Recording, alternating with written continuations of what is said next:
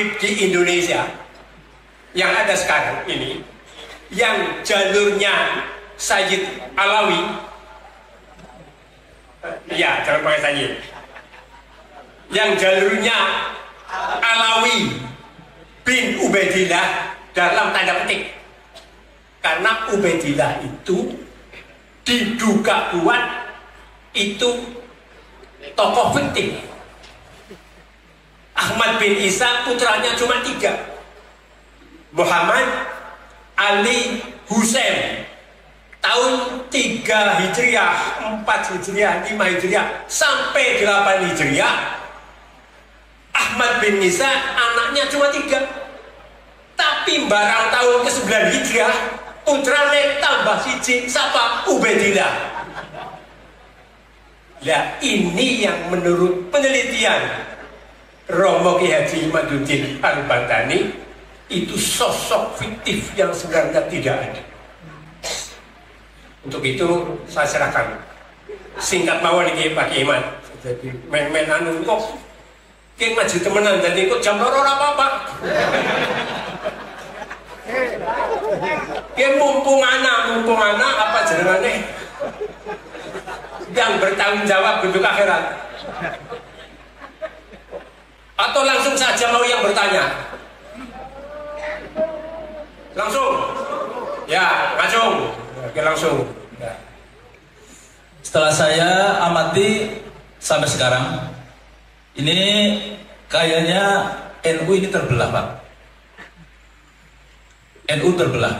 Karena saya lihat termasuk Sido Kiri, terus lagi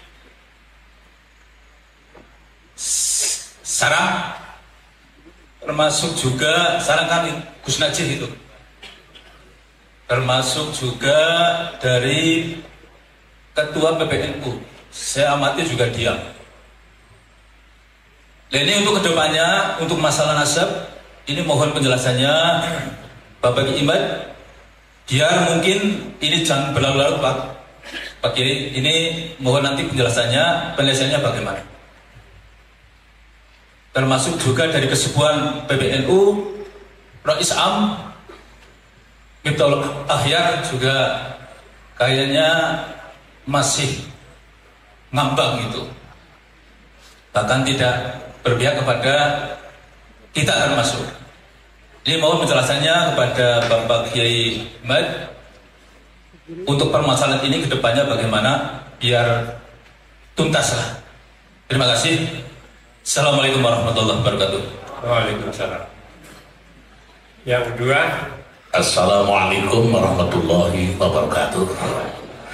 Pertama, kula bersyukur kalian Allah Subhanahu wa taala. Dan terima kasih kepada Pak Kiai yang selama ini hati saya ini berontak. Satu sisi orang mengatakan bahwa habaib itu turunan Nabi. Habaib pokoknya turunan Nabi. Ya, itu satu sisi. Pokoknya habaib. Di sisi lain, hati saya ini apakah iya kalau melihat, mendengarkan ceramahnya, gula niki ahli YouTube dan tahu betul karo Pak Agus ya. Apa iya ya seorang turunan Nabi yang saya mau ngendika karo pejabat Jokodok misalnya, pernah gini nanti gini bangsa siji asu anjing mana bener gini anjing babi bener gini. Ini dalam forum ceramah, bahkan kadang-kadang membawa celurit lagi. Hati saya bertanya, betulkah itu adalah titisan Rasul bahasa saya? Kondisi berikutnya mendengar lagi yang YouTube bahwa ini loh nenek moyang saya satu malam naik ketemu Allah 70 kali. Nanti mirengi pernah gini ini aku apa iya ya seperti itu titisan Nabi. Terus lagi saya mendengarkan ada seorang nenek moyang habaib ini bisa mengusir malaikat mungkar nakir itu. Betul? Nopo produk sing tahu mirangan lho. Nah tadi, Masya Allah. Terus ada lagi yang bisa menjatuhkan air susu dari langit. Benar. Emas dari langit. Bahkan kalau kepengen jadi wali muda, ketarim saja dah, pulang jadi wali. Dan gitu. Terus yang sering saya dengar juga, pokoknya apapun bagaimanapun, kalau iman kepada Al-Quran, percaya Quran, kepada Nabi tapi tidak lewat habaib, ini sesat. Laras gini. Iya. Nate mirip nih. Ya, betul. Inilah dari beberapa saya mendengarkan ceramah-ceramah mereka, akhirnya hati saya kontra. Masya Allah. Ternyata ini seorang muda kelahiran tahun 76. Tuh. Ya. Beliau Bapak Kiai Haji Imaduddin Usman Al-Bantani. Ini melakukan kajian. Oh, yo pantes. Langsung saya percaya Pak Kiai. Langsung yang percaya. Tepuk tangan. Oh ya pantes, kalau ini bukan dari Nabi, yo pantes. Tapi kalau cara seperti itu saya tidak percaya. Terima kasih. Assalamualaikum warahmatullahi wabarakatuh. Waalaikumsalam. Ada satu lagi ini. Assalamualaikum warahmatullahi wabarakatuh. Maaf, langsung saja. Nama saya Triyono Idris dari Desa Kabian, Kecamatan Mirip. Pada kesempatan ini saya ingin bertanya, minta dijelaskan apa solusinya apabila ada seorang muhibbin habaib yang sudah terlanjur berguru bahkan pengat toreko dengan penuh kesadaran, penuh cinta, tapi akhirnya setelah mendengar pencerahan dari Hadratus Syekh Kiai Imaduddin Al-Bantani, akhirnya menyadari bahwa jalan yang ditempuh selama ini salah. Lalu bagaimana yang harus dilakukan? Karena sudah terlanjur berguru pada seorang guru minal habaib, bahkan sudah diperingat, otomatis dalam hatinya takut nanti ilmunya tidak manfaat, takut kualat, takut sukun khotimah dan lain sebagainya. Demikian pertanyaan dari saya. Assalamualaikum warahmatullahi wabarakatuh. Waalaikumsalam. Kita dalam berdakwah, di dalam menyampaikan kebenaran itu jangan ingin cepat-cepat selesai. Innal insana lafi khusrin illa alladhina amanu wa amilus salihati wa tawasaw bil haqqi wa tawasaw bis. Seluruh manusia dalam kerugian kecuali orang-orang yang beriman, beramal saleh dan senantiasa saling menasihati, saling berwasiat dalam kebenaran dan dalam kesabaran. Nabi Muhammad itu 23 tahun yang punya Jibril 23 tahun. Saya punyanya cuma PWI, ngopi melulu. Yang punyanya malaikat yang gak ngopi gak tidur 23 tahun itu baru al-yawma akmaltu lakum dinakum wa asmamtu alaikum ni'mati wa raditu lakumul islama dina. Ini baru 2 tahun, masih 21 tahun lagi. Kalau kita melihat perjuangan, siapa yang pertama pecah? Keluarga Nabi dulu. Abu Lahab dengan Hamzah. Hamzah masuk Islam, Abu Lahab tidak masuk Islam. Ada yang tengah-tengah, Abu Thalib. Mirip sekarang juga. Ada yang langsung gagah perkasa kayak Hamzah, Muhammad benar. Betul? Ada yang kayak Abu Lahab, salah, sesat itu Muhammad, Khawarij. Ada yang ke Abu Thalib, ke sana, guys, ulah, jangan mau nyakitin, hadapin saya. Ada yang begitu. Kan ada orang tua kita ngomong itu, yang pendukungnya Kiai Imad jangan mencaci Habib, caci saya. Pendukung Habib jangan caci Kiai Imad, caci saya. Pendukung Kiai Imad jangan caci Habib, caci saya. Itu Abu Thalib tuh. Abu Thalib. Kenapa? Ya karena kebenaran apabila diberikan pasti akan membawa sebuah konsekuensi. Hati manusia itu diciptakan oleh Allah unik.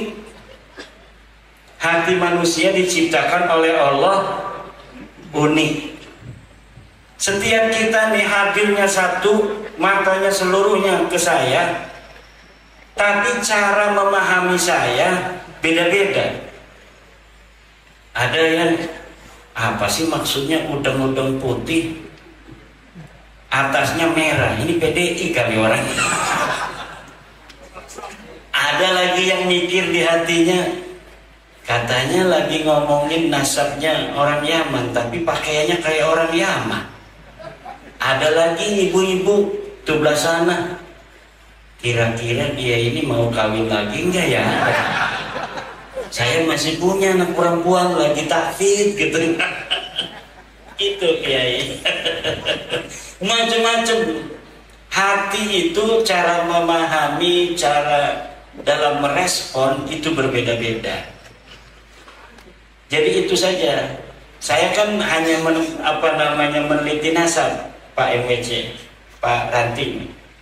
Tidak bisa menebak apa yang akan terjadi, solusinya seperti apa. Saya juga nggak paham solusinya apa. Saya nggak paham solusinya. Yang saya tahu, Habaib bukan cucu Nabi.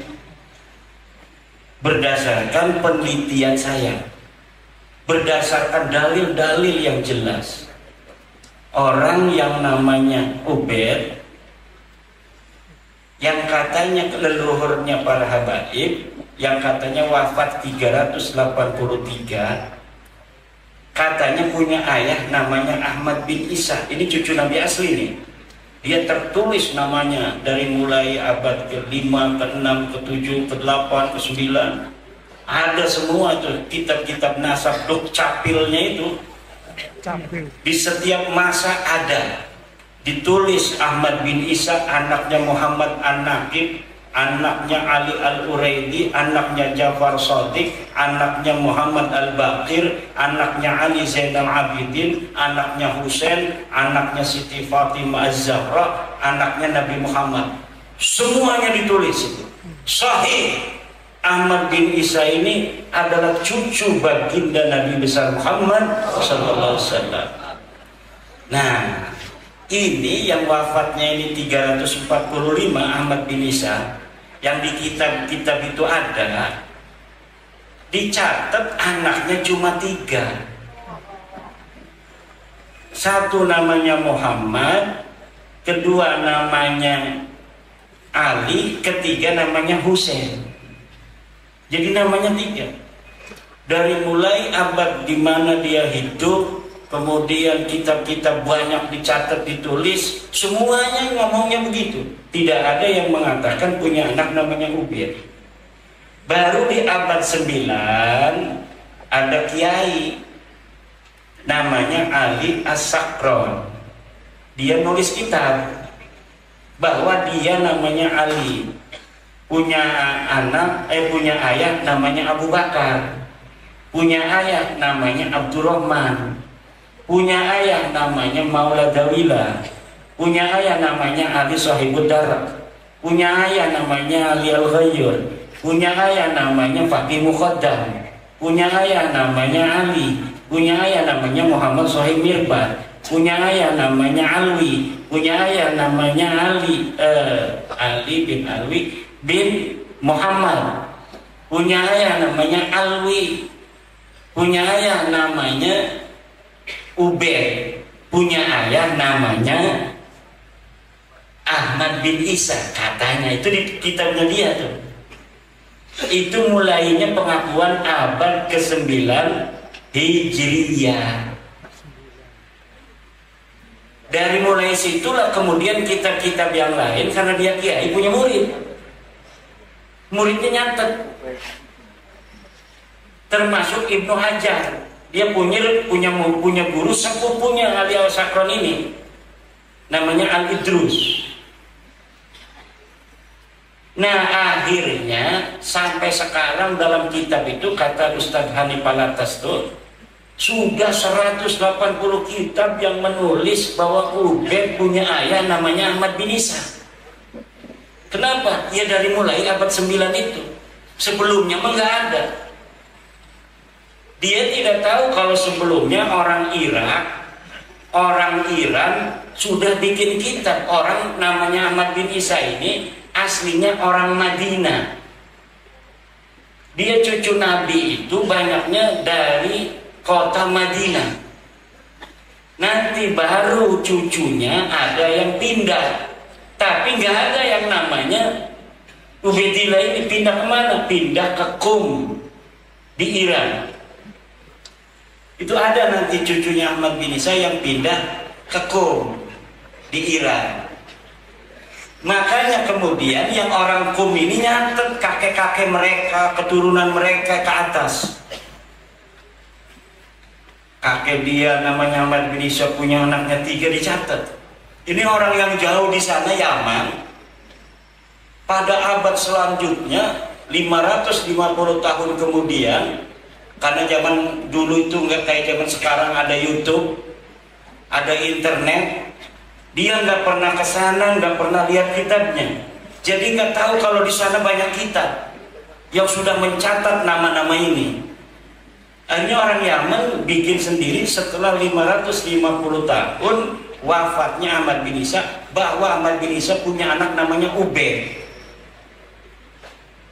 Ini yang kemudian kita teliti, karena sekarang kitabnya udah lengkap semua tuh di internet. Beli di pasar kebun yang kitabnya kitab-kitab nasab nggak bakal ketemu. Karena nggak penting bagi santri. Ngapain kita bin begitu, apa untungnya kan?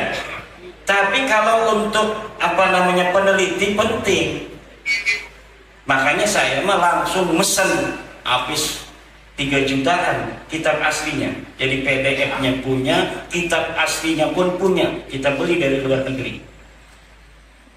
Awalnya waktu pertama nulis saya hanya pakai PDF dari internet, banyak semua kitab ada itu. Kita bisa masuk ke Leiden lewat internet. Saya pernah ke Leiden di Belanda, ternyata informasi yang ada di perpustakaan Leiden itu bisa diakses di internet. Akhirnya saya hanya mengakses dari internet aja. Kalau bapak-bapak pengen baca surat-surat Utsman bin Yahya kepada Snogronje, lihat aja tuh, masuk ke perpustakaan Universitas Leiden di internet, klik. Yang penting bisa bahasa Inggris. Kalau nggak bisa pakai translate. Kemudian cari manuskrip tentang Utsman bin Yahya. keluar semua itu bagaimana surat-suratnya kepada Snoggronya. Wahai tuanku yang mulia Snoggronya, kalau ketemu dengan Gubernur Jenderal, tolong sebut nama saya agar saya nanti akan diperhitungkan oleh Gubernur Jenderal. Begitu aja itu yang seperti itu berdalam bahasa Arab. Karena apa? Orang Belandanya namanya Snoggronya ini pinter bahasa Arab. Makanya Utsman bin Yahya nulisnya bahasa Arab. Banyak tulisan-tulisan Utsman bin Yahya, termasuk tulisan pada Syekh Nawawi. Itu bisa dilihat di perpustakaan Universitas Leiden.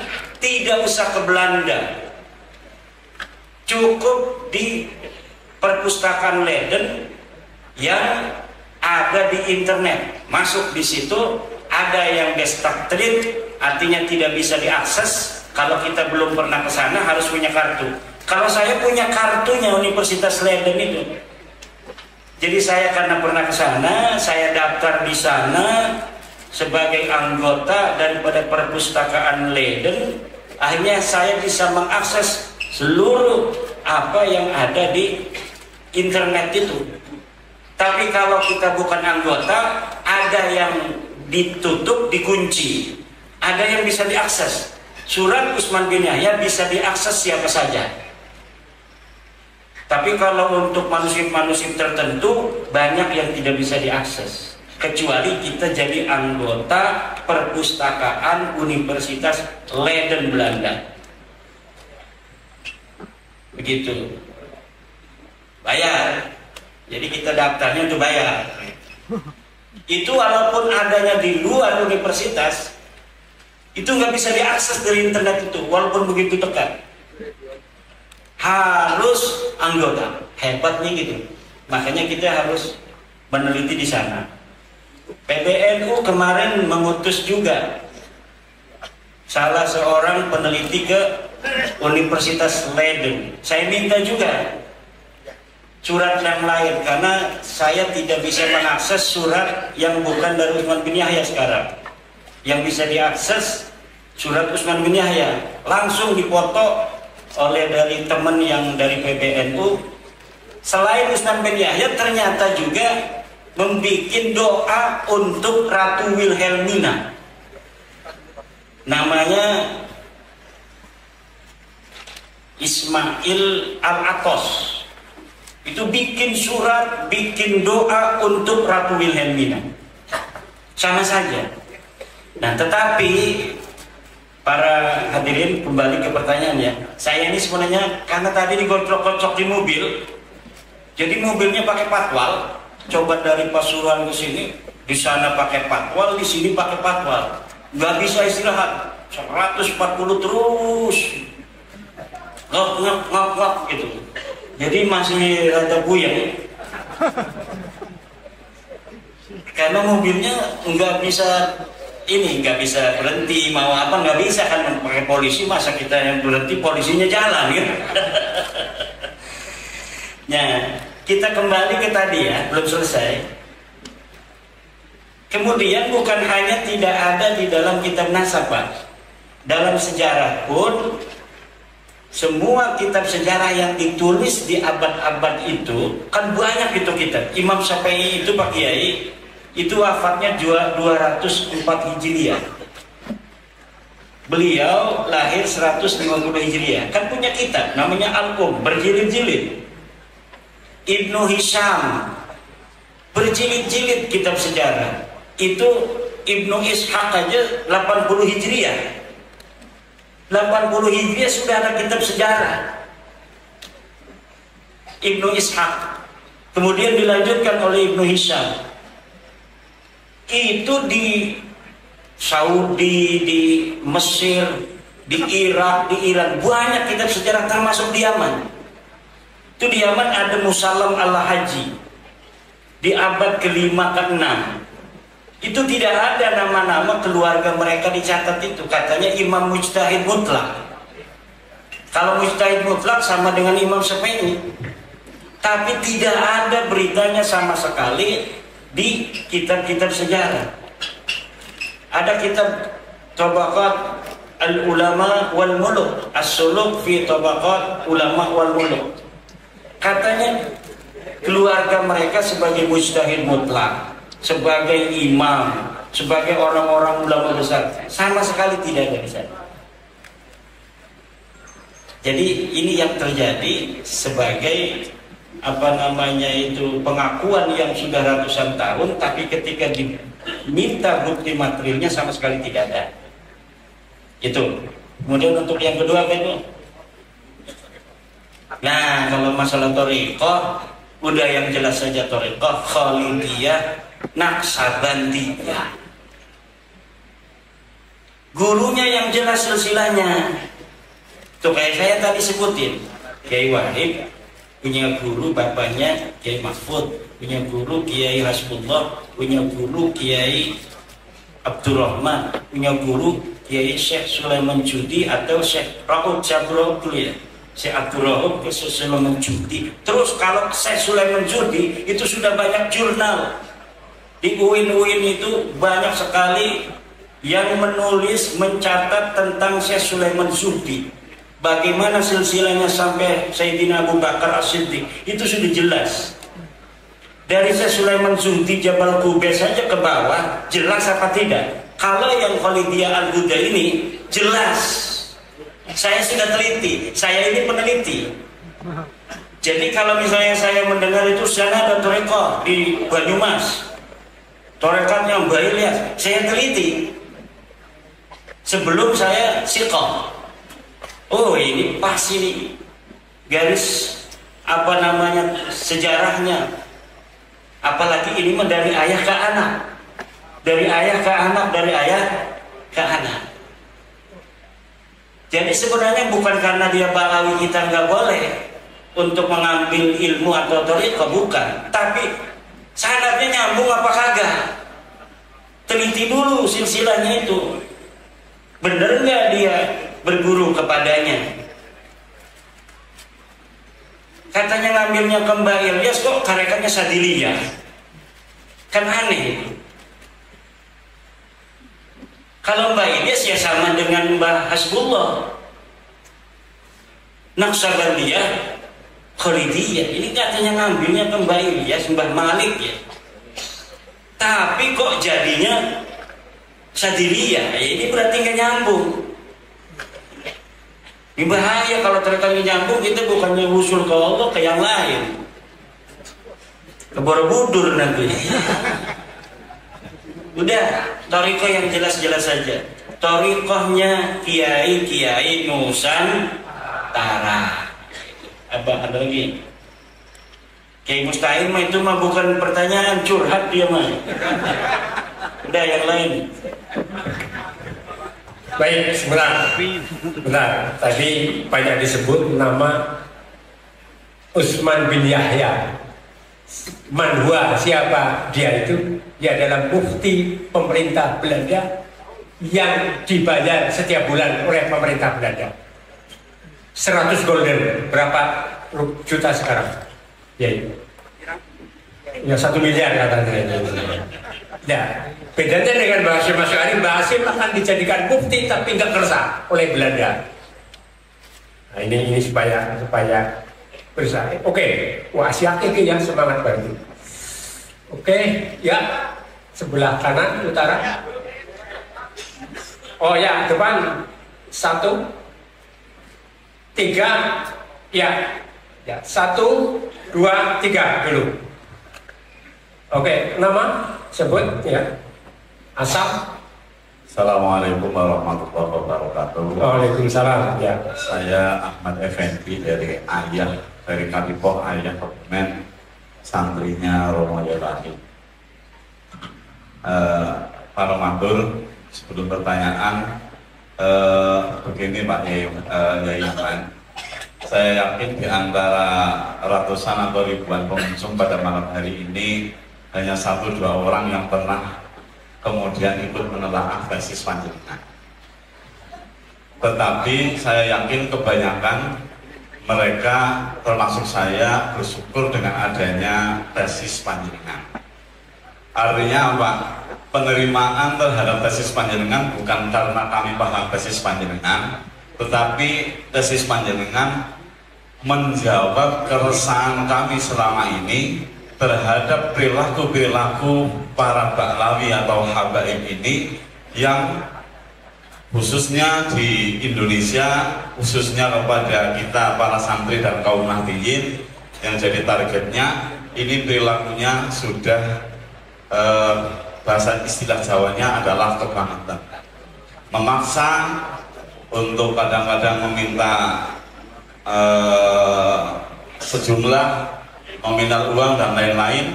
Jadi kami begitu senang dengan adanya tesis panjenengan, walaupun sampai hari ini saya pribadi pun belum pernah membaca tesis panjenengan, tapi saya bersyukur. Tetapi hari-hari ini saya agak tergelitik ketika teman-teman muhibbin mengirimkan video ke saya, potongan-potongan video di situ yang isinya begini. Pernyataan Kiai ketika mengatakan bahwa Rhoma Irama adalah waliyun min auliyaillah. Ini saya agak bingung jawabnya. Artinya saya kepingin ikut menjawab, artinya untuk sebagai pembelaan terhadap keyakinan saya terhadap tesis panjenengan, tapi saya juga bingung. Nah, ini mumpung sekarang Romo Yai ada di sini, ini nyuwun pangapunten ingkang estu untuk pernyataan panjenengan yang mengatakan bahwa Rhoma Irama adalah waliyun min auliyaillah. Ini nanti dijelaskan sekalian biar gamblang, jelas. Syukur-syukur malah di sini ada muhibbin sehingga bisa langsung mendengarkan. Itu yang pertama. Yang kedua, mungkin ada dijelaskan juga karena di kalangan santri itu mereka memahami bahwa dalam urusan nasab biasanya metodologi yang dipakai adalah subro wal istifadah. Nah, ini Kiai kok tidak memakai metodologi tersebut? Itu kira-kira alasan ilmiahnya seperti apa biar hari ini malam ini juga kita bisa mendengar secara langsung. Saya kira demikian. Mohon maaf apabila ada kesalahan.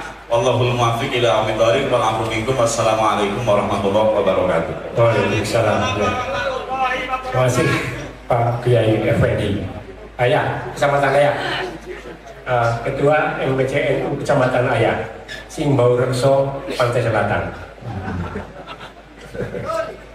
Pantai Kidul sebenarnya. Yang kedua ini tadi Mas yang hitam dulu. Assalamualaikum warahmatullahi wabarakatuh. Waalaikumsalam. Mohon diperkenalkan, saya nama Pujiono SPD atau Pujiono pensiunan dari Kabupaten Wonosobo, murid Torekoh dari Bapak Kiai baru 9 bulan. Belum karena mau berangkat kemarin katanya pada umroh. Iya, ya alasan. Mohon maaf barangkali saya nanti agak malu atau agak salah, tapi saya sebenarnya sudah siap mau bertanya, tapi budi dulu saya. Ya, alhamdulillah. Pertanyaan pertama, mohon maaf Pak Kiai, saya itu kan ketua 2 MBC pada Intang, kemudian ketua 2 PWI LS pada Intang.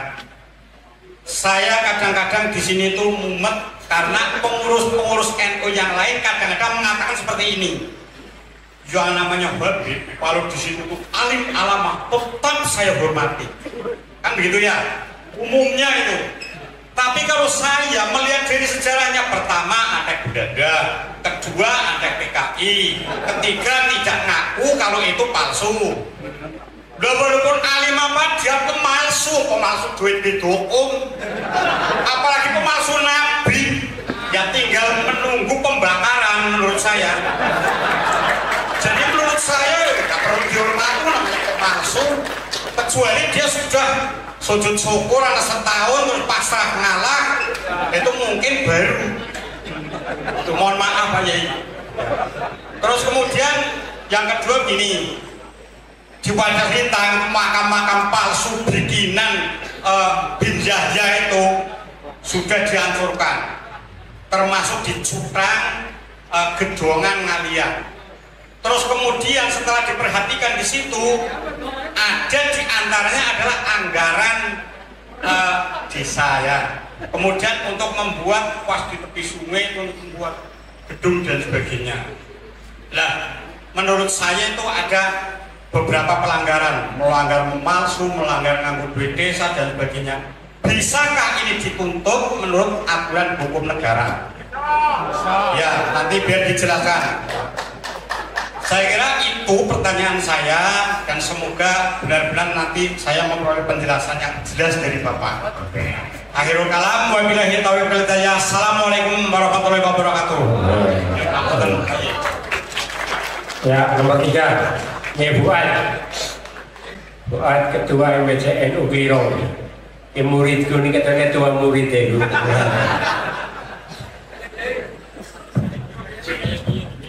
Assalamualaikum warahmatullahi wabarakatuh.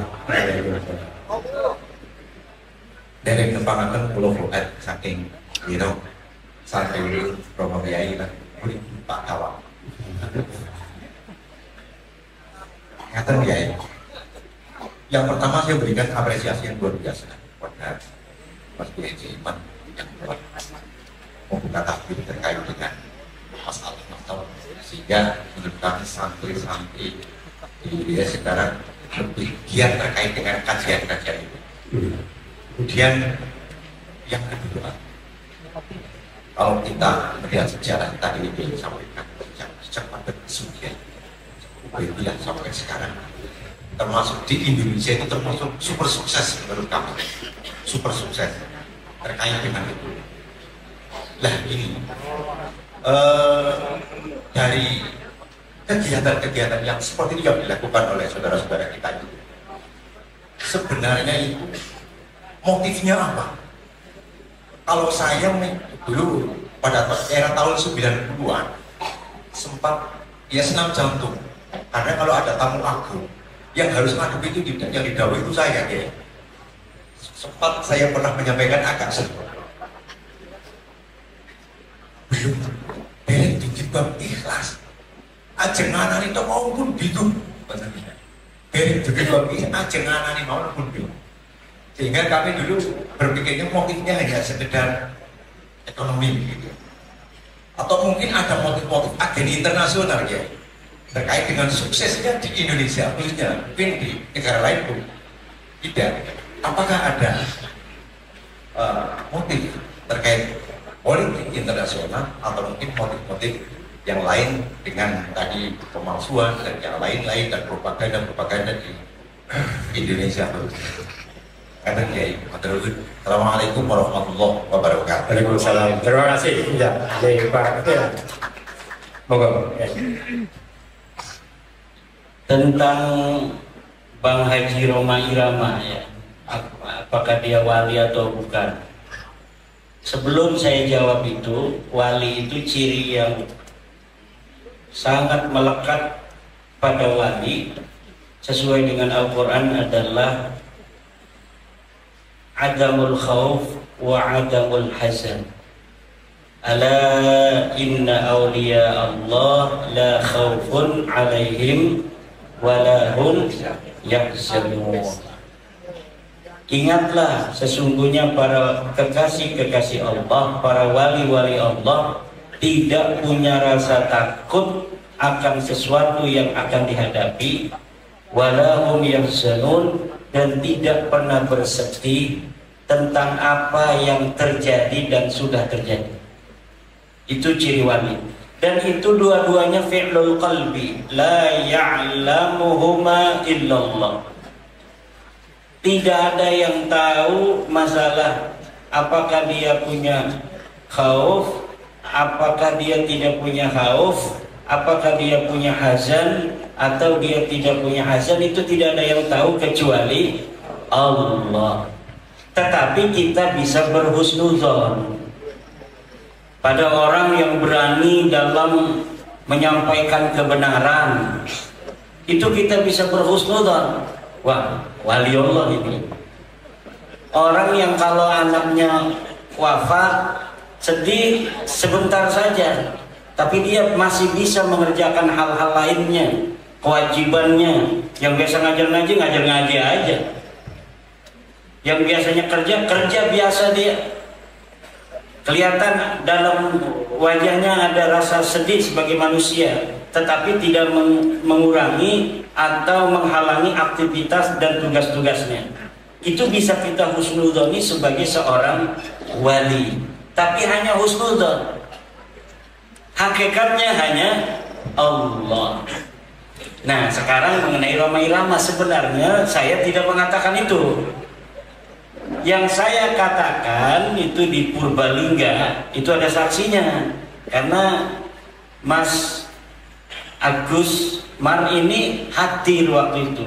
Saya menceritakan ada seorang kiai yang husnudzon kepada Rhoma Irama, menyebut Rhoma Irama itu waliyun min auliyaillah. Saya sebutkan juga nama kiainya, itu Kiai Haji Raden Syarif Rahmat. Masih ada di YouTube-nya. Coba YouTube-nya itu Kiai Haji Syarif Raden Rahmat, Kiai Haji Raden Syarif Rahmat menyebut Rhoma Irama waliullah. Itu masih ada. Lalu apakah saya setuju dengan pendapat daripada Yai Syarif itu? Setuju. Walaupun saya hanya menceritakan, tetapi saya husnudzon. Walaupun namanya wali bisa dicabut. Jadi waliullah itu bisa dicabut. Hari ini wali, besok bisa jadi mantan wali. Sekarang berani, besoknya enggak gitu kan. Sekarang dia itu ikhlas, tidak pernah bersedih kalau ada musibah dan sebagainya. Besok bisa jadi karena suatu hal keyakinannya kurang. Bi anal imana yazid wa yanqus. Iman itu bisa bertambah dan bisa berkurang. Bil siso, wali kan dulunya. Akhirnya dia menjadi seorang yang kafir. Na'udzubillah. Bukan kafir ya, melakukan dosa besar ya. Murtakibul kabair. Dia berzina, dia minuman keras dan sebagainya ya. Jadi siapa sih yang tahu wali? Yang jelas bukan YouTuber. Sekarang yang tahu wali itu YouTuber. Ada orang gila shooting wali majdub gitu. Akhirnya yang mensuhrah istifadah kan YouTuber. Jadi siapa yang mengangkat wali zaman sekarang? YouTuber. Jadi kalau kita pengen dianggap wali, ngasih rokok sama YouTuber. Lalu siapa yang tahu wali? Allah dan dia. Dia kalau di dalam hatinya tidak ada rasa takut terhadap apa yang akan terjadi dan tidak punya rasa sedih terhadap yang sudah terjadi, i'lamu annakum waliyun min auliyaillah. Dan tidak dibatasi namanya wali itu oleh ilmu. Wali itu tidak dibatasi oleh ilmu. Siapa saja kalau dia punya itu, dia punya ciri kewalian. Mau dia YouTuber nggak punya takut kan terhadap apa yang akan terjadi dan terhadap apa yang sudah terjadi. Dia itu punya ciri kewalian. Jangan gegabah. Jangan gegabah. Yang penting apa yang diperjuangkan adalah kebenaran. Itu ciri utamanya, kebenaran. Jadi kalau beraninya itu bukan kepada kebenaran, kayak anak-anak muda yang naik motor kalau malam lampunya dimatiin, tidak punya rasa takutnya. Itu bukan ciri-ciri kewalian, ciri-ciri konyol itu. Anak muda sekarang itu kalau naik motor remnya diblongin. Katanya kalau naik motor masih pakai rem itu berarti pengecut. Itu anak-anak muda itu kenapa banyak kecelakaan? Begitu. Dia pakai motor nggak pakai rem. Dia pakai motor nggak pakai lampu kalau malam. Kalau masih pakai lampu katanya itu pengecut. Itu bukan berani, itu namanya konyol. Orang berani itu dia punya strategi. Kapan dia harus kelihatan ngerot, kapan dia ngerem. Itu namanya pemberani. Kenapa? Karena cita-citanya adalah kemaslahatan. Nah itu. Kemudian ada yang menarik tadi. Ini yang saya senang nih pertanyaannya. Pertanyaan tentang materi Syuhroh Istifadah.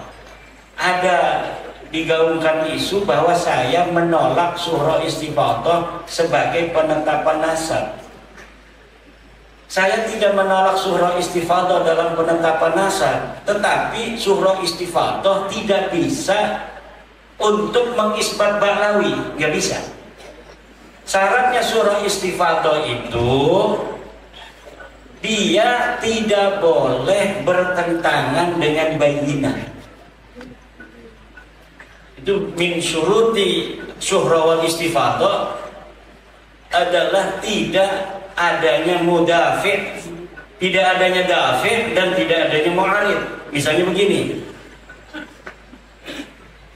saya tadi udah ngobrol sama Yai Wahid sama Pak Wakapolres tentang saya ini ngaku sebagai anaknya misalnya Yai Wahid, tapi ketika dilihat di dalam buku catatan Yai Wahid tidak ada nama saya. Tapi kalau orang sejak kecil ikut kepada seseorang sebagai anak, lalu dikenal di desa itu dia sebagai anaknya, Syuhroh Istifadah itu namanya. Oh, dia anaknya Kang Idris, tapi hakikatnya dia anak angkat. Bagi orang yang tahunya dia itu anaknya Kang Idris, Syuhroh Istifadah itu bisa untuk digunakan. Artinya bisa itu kalau dia ditanya, itu anak siapa? Anak Kang Idris. Itu tidak dianggap berdusta dalam kesaksian, walaupun dengan Al-Quran.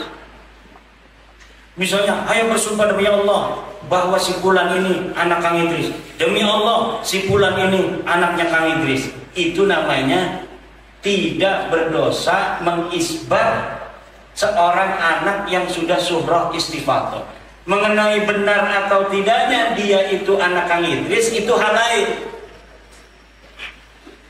Jika tiba-tiba datang saksi dari keluarganya anak angkat ini mengatakan dia itu anak saya, dan saya memberikan kepada Kang Idris waktu bayi, dan ini buktinya, ini fotonya, sidik jarinya, kan bayi sekarang disidik jari ya ini. Jadi di surat itu, di surat kelahiran sidik jarinya ada. Pas disidik jari diperiksa sama. Bener ini, berarti ini sudah ada bayyinah bahwa dia bukan anak Kang Idris. Nah, Syuhroh Istifadah kalau sudah ada mudafi begini, sudah ada mu'arif, sudah ada dafi, maka ini sudah tidak bisa digunakan. Sekarang kan Habib Syuhroh Istifadah nih sejak 2002, sebelum 2002 dia sebagai turunan Nabi. 2022, sebelum 2022 ini dia Syuhroh Istifadah turun Nabi. Sekarang saya bawa bukti. Ini kitab abad keempat, namanya Siri Silsilatil Alawiyah. Ini kitab abad kelima, namanya Tahdhibul Ansar, namanya Al-Mazdi, Muntaqilatul Talibiyah. Ini kitab abad ke-6 597 Hijriah, namanya As-Sajarah Al-Mubarakah. Ini abad ke-7, namanya Al-Bahri. Ini abad ke-7, namanya Al-Asili. Ini abad ke-8, namanya As-Sabatul Musal. Ini abad ke-9, namanya Umdatul Talib. Tidak ada Ubaid sebagai anak Ahmad. Nah, kalau sudah ada bukti begitu, Syuhroh Istifadah sekarang ini gugur semua.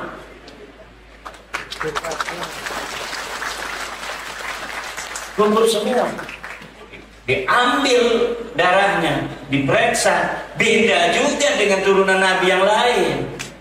Ya udah, double gitu. Cuma saya sudah mengatakan itu, bahwa ketika kita sudah tahu begini, tidak mesti kita ini bermusuhan. Kalau dirinya sendiri mereka ini mau mengaku sebagai cucu Nabi, ya silakan aja. Ada yang ngajak mubahalah sama saya, namanya Agus Abu Bakar Al-Habsyi. Ayo mubahalah, siapa yang kenal anak Allah? Nggak mau saya. Kenapa? Saya kalau bermubahalah dengan yang sudah jelas begitu, saya zalim hukumnya. Orang saya sudah tahu kok.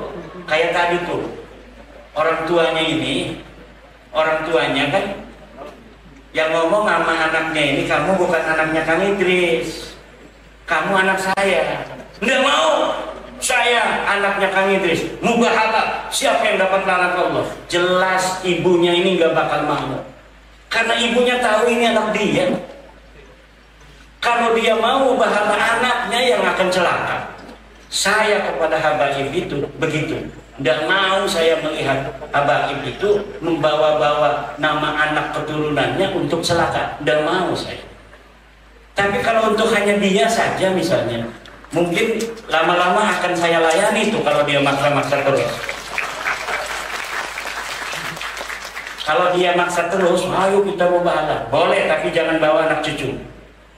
Anak cucu yang nggak berdosa ke bawah-bawah nanti. Kamu saja, siapa yang mati dulu? Siapa yang ini? Boleh nanti lama-lama. Tapi sekarang saya masih nggak mau. Kenapa? Karena memang itu bukan tujuan saya untuk membuat mereka itu menjadi orang terlaknat. Bukan. Saya hanya kasih tahu ini kewajiban ilmiah. Bahwa saya tahu kamu bukan cucu Nabi. Wow, kamu pemecah belah umat. Kamu unyil. Kamu Yahudi pesek. Nanti dulu, jangan marah-marah. I love you. Aku cinta padamu. Kalau aku tidak cinta kepadamu, akan saya biarkan aja. Biarin aja dia. Tapi selain aku cinta padamu, aku juga cinta kepada putra-putri Nusantara. Yang dengan oknum-oknum yang banyak itu mengaku-ngaku cucu Nabi, menjadikan saudara-saudara saya putra-putri Nusantara banyak yang dizolimi.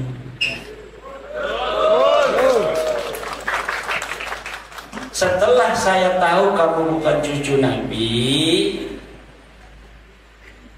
dan masih banyak saudara-saudara saya yang mengakuinya, walaupun dengan mengakuinya itu mereka rugi dunia akhirat, kewajiban saya untuk mengatakan dan merayu, mendakwahi, menasehati, mewasiati saudara-saudara saya. Mereka bukan cucu Nabi. Kalau kamu mau urusannya masalah kamu, itu urusan sendiri. Mau ngaku ya itu kan kebebasan di dalam meyakini sesuatu. Tetapi kalau hubungannya dengan saudara-saudara saya, Mukhibin, ini kan saudara saya Mukhibin, ini mantan Mukhibin, ini mantan Mukhibin, ini mantan Mukhibin, ini mantan Mukhibin besar ini. Saya mantan Mukhibin juga. Banyak yang pernah kita berikan karena kita mengharapkan cinta kepada Rasulullah dan cintanya Rasulullah kepada kita. Kemudian kita memberi sesuatu kepada orang yang mengaku keturunannya. Walaupun kita juga punya riwayat sebagai keturunannya, tapi kan kita tidak mengaku-ngaku. Kita pegang aja sendiri, bisa jadi nanti akan ketemu Rasulullah diaku sebagai anak cucu benar. Alhamdulillah. Lebih baik kita deg-degan apa benar apa bukan ini silsilah orang tua kita. Tapi kemudian kita karena benar apa tidak begitu, kemudian kita tidak mengaku-ngaku di hadapan orang. Lalu ketika ketemu Nabi, wahai cucuku sini duduk bersamaku. Daripada orang yang tiap hari ngaku-ngaku sebagai cucu Nabi, marah kalau bukan apa dibilang bukan cucu Nabi, pas ketemu Nabi, wahai kakekku, kakek moyangmu, saya bukan kakek kamu, sana kamu. Daripada digituin, malu-maluin. Betul apa tidak? Dan saya kalau tidak yakin apa yang akan saya sampaikan ke masyarakat itu sebelumnya itu adalah kemaslahatan saya tidak akan sampaikan. Lama itu. Bagaimana apakah ini maslahat apa tidak buat habaib terutama? Ini maslahat ataukah tidak untuk umat Islam? Kalau maslahat, ya Allah, berikan keteguhan padaku untuk mau mengungkapkannya. Kemudian Allah memberikan keteguhan, ungkapkan. Buktinya tidak ada penghalang waktu saya mengungkapkannya. Ketika saya taruh itu di web pondok pesantren saya, langsung mendapatkan apresiasi dari seorang doktor Universitas Islam Indonesia Internasional yang di Depok. Nanti akan saya bahas katanya di channel YouTube saya. Dibahaslah oleh beliau. Waktu itu belum banyak yang mau nonton. Karena beliau kan seorang ilmuwan kan ngomongnya ngebosenin. Namanya ilmuwan, saya kalau melihat Dr. Sugeng ngomong, itu harus berkali-kali itu di YouTube itu untuk bisa memahaminya. Beda kalau dengan kiai itu ngomongnya karena biasa dengan orang-orang awam, jadi cara menyampaikannya langsung dipahami orang awam. Kalau ilmuwan-ilmuwan yang di kampus itu, kalau Pak Dr. Sugeng Sugiarto itu nerangin DNA, saya puternya berulang-ulang. Akhirnya saya tulis lagi dengan bahasa sederhana agar bisa dicerna oleh masyarakat awam. Bahkan saya nanya dulu, ini saya tulis begini, Pak Dr. Sugeng bener nggak yang saya tulis ini, yang diterangin Pak Dokter itu? Bener. Baru setelah itu saya sampaikan kepada admin RMINU Banten dan nahdlatululum.com. Begitu. Nah, jadi hari ini ya semuanya sudah selesai. Sebenarnya urusan nasab ini sudah selesai. Dari mana sudah selesainya? Ya dari debat di Rabitah Alawiyah kemarin yang melawan kursi kosong itu. Melawan kursi kosong aja berat mereka. Hanya moderator dari orang dia itu mereka susah menjawab. Karena apa? Karena memang tidak ada. Karena memang jawabannya tidak ada. Bukan mereka bodoh. Kalau ilmu mah itu kan walaupun ada takarannya, tetapi kadang-kadang kan ada aja orang lebih tinggi dari ilmu tertentu, tapi ilmu yang lain tidak paham. Kalau masalah nasab begini, masalah emas yang ada suratnya apa palsu apa tidak, ya cuma dua. Satu, telusuri surat ini dari toko mana, ada nggak tokonya yang mengeluarkan.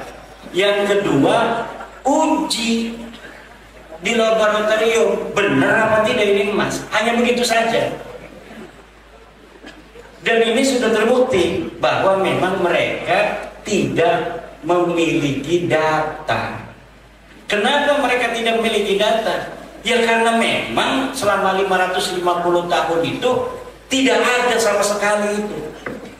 Nama-nama itu nama-nama yang dibikin. Mulainya dari sekarang nih, saya pengen ini ke Gajah Mada, tapi saya tahunya hanya sampai kakek saya. Ya dari kakek saya dibikin nama-nama supaya sampai Gajah Mada. Begitu ceritanya dia. Nah kalau dicari di bukti sejaman, ya nggak bakal ketemu. Kalau Empu Sendok ada di Tebu Ireng, di Jombang, bener nggak? Ada prasastinya di Jombang. Di Pasuruan ada prasastinya Empu Sendok. Dilihat tahunnya 932, benar ada. Tapi kalau Ubed, kenapa itu dicari-cari naskahnya tidak ada, prasastinya tidak ada? Karena orangnya tidak ada. Jangan gegabah. Orang yang tidak disebutkan bukan berarti tidak ada. Betul. Yang tidak disebutkan bukan berarti tidak. Tadi saya nyebutin nama kiai-kiai beberapa, kebanyakan kalau semuanya. Yang tidak disebutkan itu ada kan? Tapi saya tidak sebutkan. Kenapa? Kebanyakan.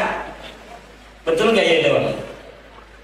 Ada lagi tidak disebutkan dalam kitab, bukan berarti ya tidak ada ya. Tidak disebutkan bukan berarti tidak ditemukan. Kalau ini ditemukan tapi tidak disebutkan. Tidak ditemukan bukan berarti tidak ada. Betul. Sekarang ini Yai Mubarak tidak ditemukan nama saya. Mana itu tadi orang? Habis melantik orangnya kabur. Tidak ditemukan nama saya di sini. Tapi orangnya ada. Betul nggak? Yai Mubarak kan ada kan? Ada. Di mana? Nggak tahu. Tapi orangnya ada. Kenapa saya mengatakan orangnya ada? Karena sebelum sekarang ini saya udah ketemu dulu. Waktu baru datang salaman sama dia. Berarti yakin ada korina Yai Mubarak ini orangnya ada. Tapi sekarang tidak ditemukan. Makanya itu teori adamul wujdan la yang tadi adamal wujud itu betul, tapi biqara'ina, harus dengan korina-korina.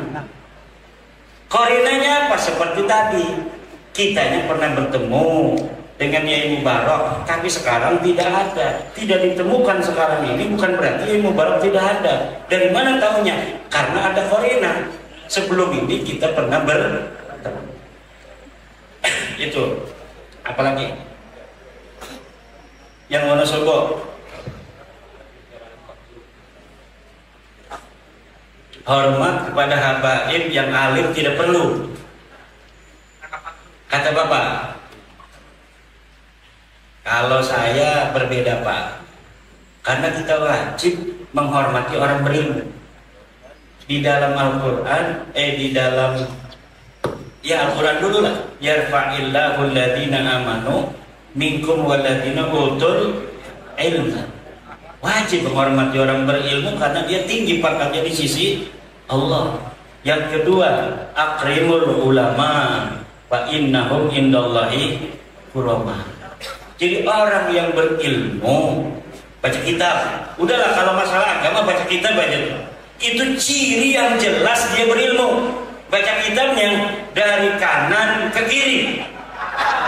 Jangan yang dari kiri. Jelas itu tidak bisa baca kitab. Kalau dia ngajarin misalnya Fathul Qorib di musola, habaib, babul wudu'i utawi iki iku bab wudu, bacanya pas. Babu dibaca dhamma, dibaca roba, wudu'i dibaca kasroh. Karena dia jadi robar mubtada maktub, ada babul wudu'i. Nerangin dia al wudu'u misal utawi wudu, udah jelas itu orang alim, hormati. Udah ngajar Fathul Qorib di musola kok, ya enggak? Bukan karena dia habib, tapi karena dia ngaji Fathul Qorib. Karena menghormati orang berilmu hukumnya wajib. Ada perintahnya dari Rasulullah, akrimu gopi lamer. Sing gopi lamer itu nunjukaken keakeane, nunjukaken wajib.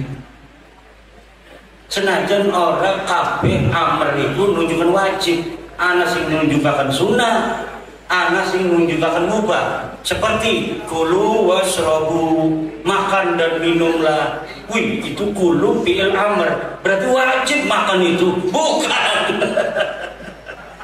Kalau kulu wasrobu, kulunya fi'il amr, itu tidak bermakna wajib, tapi maknanya mubah. Kulu, kalau mau makan, makanlah. Wasrobu, minumlah kalau mau minum. Tapi kalau misalnya seorang ulama telah mengatakan ini al-amru yang tadil wujub, yaitu hasil daripada ijtihadnya ulama. Aqimus shalah. Apa ini makna amrnya? Makna amr al-aslu fil amri lil wujub. Jadi diwajibkan dulu makna amr. Kalau misalnya ada dalil-dalil yang lain yang menunjukkan makna amr ini tidak wajib, baru maknanya turun menjadi sunnah. Bahkan turun menjadi hanya boleh. Gitu. Apalagi ya.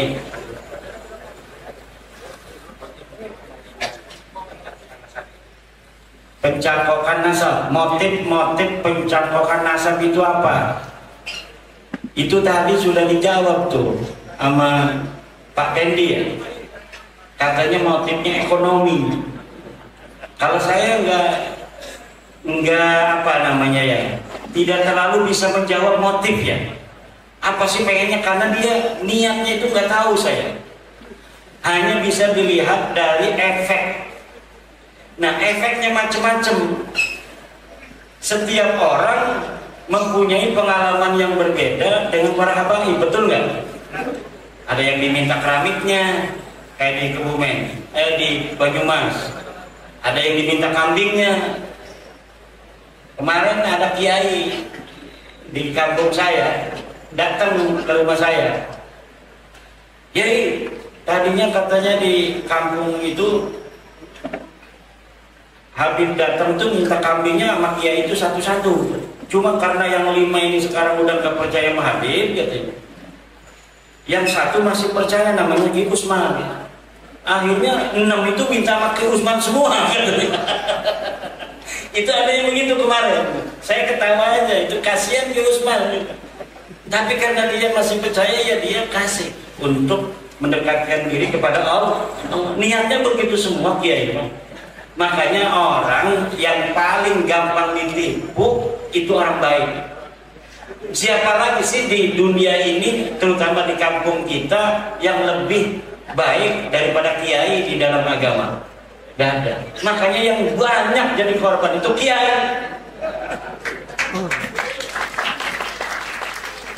Orang kaya-kaya yang bukan kiai itu susah ditipu, karena dia mau kaya itu kan dapat apa? Dapat kerja keras, dapat dagang, dapat tani, dan dimintain itu jarang yang kena. Tapi kalau kiai beda, husnudon itu luar biasa. Kadang udah tahu nipu juga dia masih ngasih duit. Saya tahu ini orang dagang jam, yang ini kiai jam ini oleh.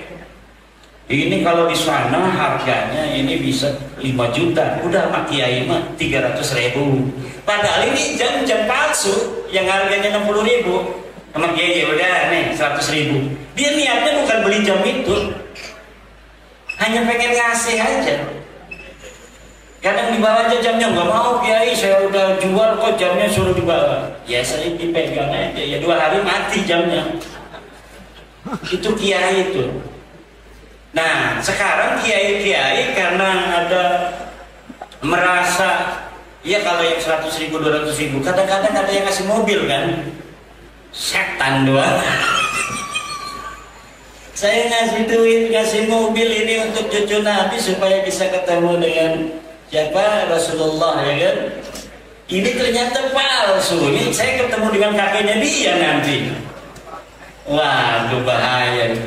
Nah ini ekses-ekses yang ada di masyarakat, ya, ekses-ekses yang ada di masyarakat mengenai hubungannya dengan pengakuan seseorang menjadi cucu Nabi. Ya, jadi kenapa sih sampai ngaku-ngaku begitu? Ya itu motifnya mungkin karena ternyata dia ngaku itu kemudian minta duit.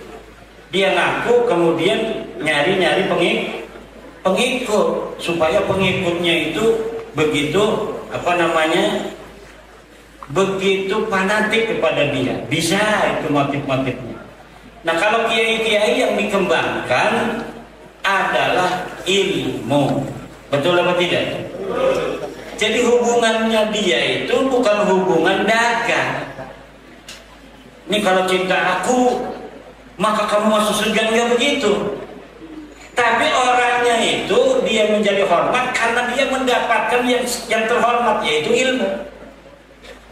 Dia mendapatkan yang terhormat, yaitu baiat. Yang ini akan menjadikan dia terhormat dan mulia. Tidak hanya sebagai sesuatu yang di awal-awal. Kalau syafaat dan sebagainya itu kan hanya jualan. Betul apa tidak? Yang jelas kalau ngasih duit sama orang itu kan tanpa ada paksaan, keikhlasan yang murni, itu pasti berpahala. Itu Tapi kalau sering-sering diminta dengan paksa, itu lama-lama dia akan menjadi tertekan, dan setelah tahu bahwa yang minta itu bukan cucu Nabi, sekarang pada marah semua. Saya disebut sebagai pejuang gara-gara ngebongkar itu doang tuh. Padahal tidak ada apa-apanya, saya ini hanya memberikan data doang. Tapi disebut pejuang sama orang-orang yang ketipu itu. Orang-orang yang ketipu karena dia katanya saya sekarang nggak bisa ketipu lagi. Bukan karena Yai itu orang jelek. Yai ketipu karena Yai orang baik. Itu aja. Tapi sekarang tolong kebaikannya ini yang proporsional. Al-ahad sumal ahad. Yang berhak, kemudian yang paling berhak siapa? Anak, istri, pesantren tuh, tetangga, guru-guru ngaji yang di musola tuh, yang tidak punya santri, yang dia ngajar ngaji di musola setiap malam Rebo, ngaji Fathul Qorib, yang ngaji ada 20, kiai yang bawa kopi, kiai yang bawa kue. Udah tuh, kalau kiai yang lebih kaya ngasih kiai-kiai begitu aja tuh. Ganjarannya gede, alhamdulillah. Begitu. Terima kasih kepada Kiai Iman yang telah banyak memberi jawaban dan insya Allah belum puas ya. Memang tugasnya bukan untuk memuaskan panjenengan. Baik, ini sudah jam 00:27 menit. Karena beliau sudah kelihatannya sudah tinggal Bapak Ibu semuanya meneruskan di YouTube atau internet ya. Ampun tentang internet ya. Internet. Terus terima kasih temannya pada Bupati ini, Pak Bupati yang sudah menunggu sampai khatam ini pengajiannya. Doa kita untuk beliau, Allahumma rzuq lahu as-sihhah wal afiyah wal falah wal falah wal falah. Saya kira cukup, ya. Kesimpulannya, natijanya ambil sendiri-sendiri. Matur nuwun, kita tutup bersama dengan baca hamdalah. Saya ada kurang dan lebihnya, mohon maaf. Wallahul muwaffiq ila aqwamit thoriq. Assalamualaikum warahmatullahi wabarakatuh.